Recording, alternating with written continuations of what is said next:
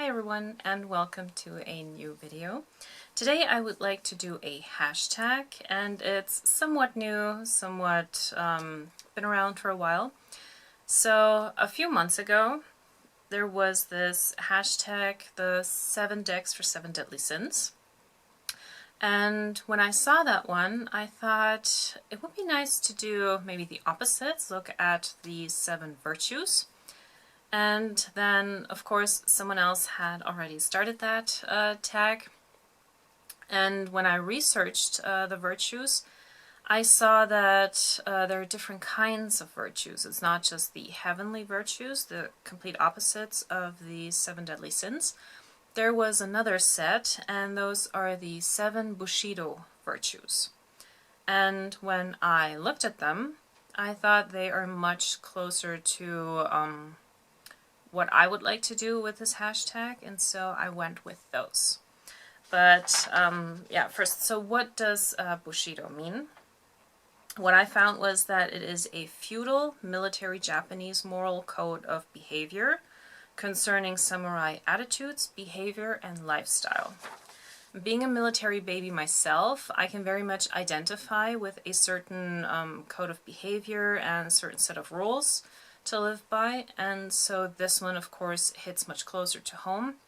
I have not been raised in the church, therefore I don't really have any affiliation with anything that is church related, and that's why I chose these virtues, and I wanted to find a tarot deck for each of these to match, and I came up with these 7 prompts.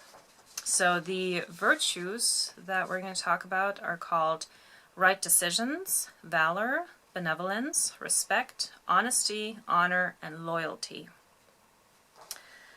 Okay, number 1, right decisions. So which deck do you turn to make the right decisions? A deck that will not tell you what you want to hear, but need to hear.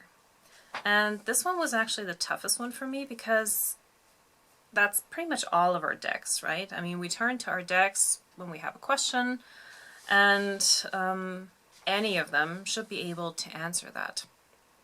But when I want a deck that will tell it like it is, I will go to the Lilith, because she is a straight shooter.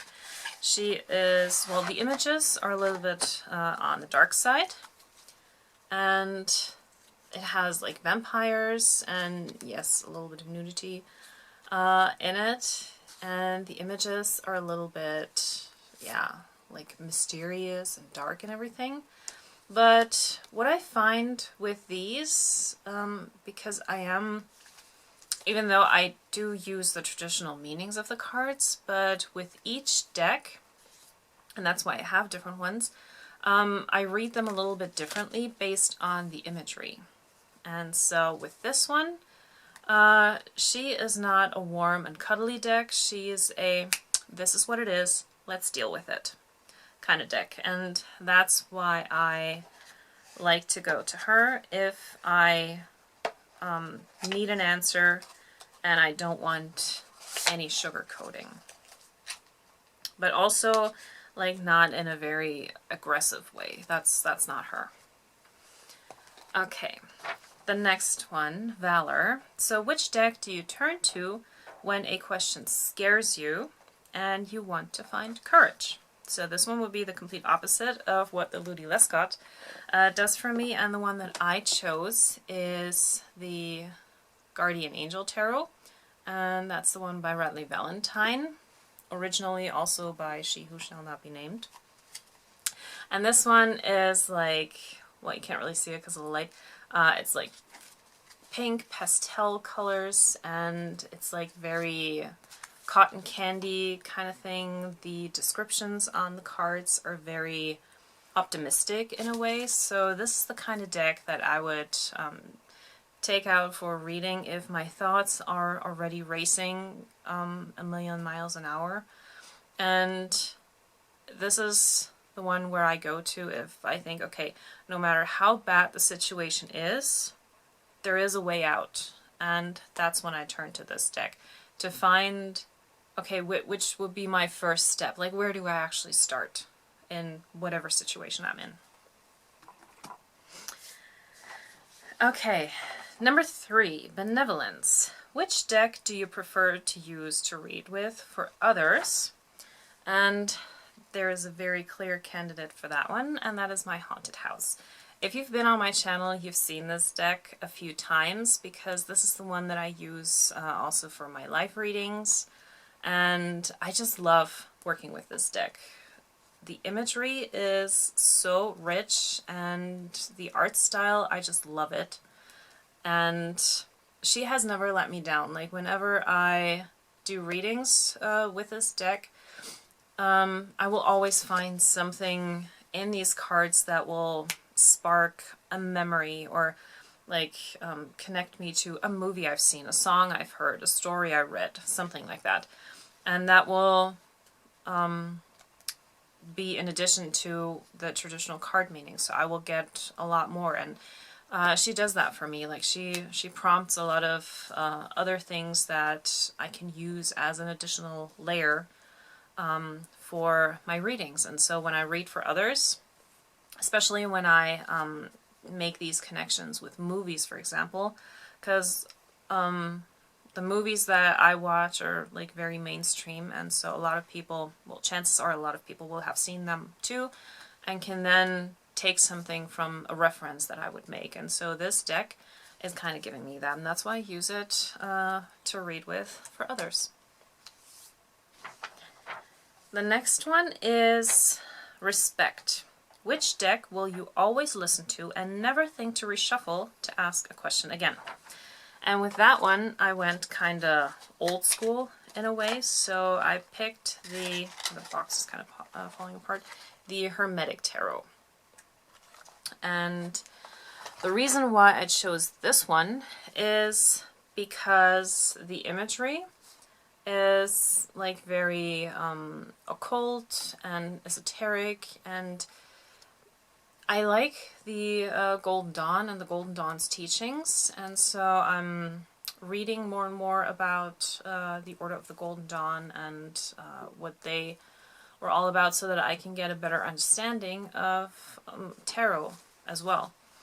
And so this deck, from what I read, is as close to the original deck that was in the Order of the Golden Dawn, the one that was used as an example for all the members that at a certain place in their studies, or a certain point in their studies, had to come up with a deck of their own, which is what we now have with the RWS deck, or even the Crowley deck, the Thoth deck.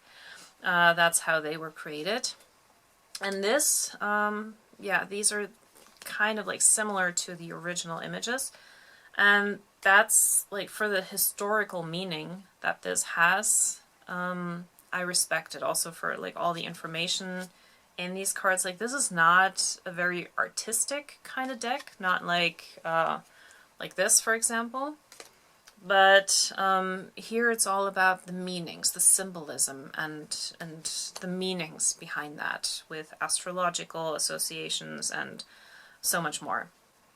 And so, out of respect for that like historical aspect, I would not think to reshuffle this one as fast as I would maybe do that with other decks. But this, I would much rather pull another deck out to clarify the reading, but not reshuffle this. And I will maybe take a picture of the reading that I got, and then maybe later it will start to make sense, but I will not reshuffle this one. Number 5, Honesty. Which deck will be absolutely honest with you, even if it hurts? And for that one, I picked a deck that is relatively new in my collection, a Vampire deck. And I do have a flip through of this one, which I will link somewhere in the cards if you want to see the cards of this one. And this deck is quite funny. Like, when I take her out for a reading, like, she will tell me exactly what's going on. And she's even more straight shooting than Ludi Lescott. Like, she doesn't care whether my feelings will be hurt from this or not. She's like, this is what it is. Deal with it.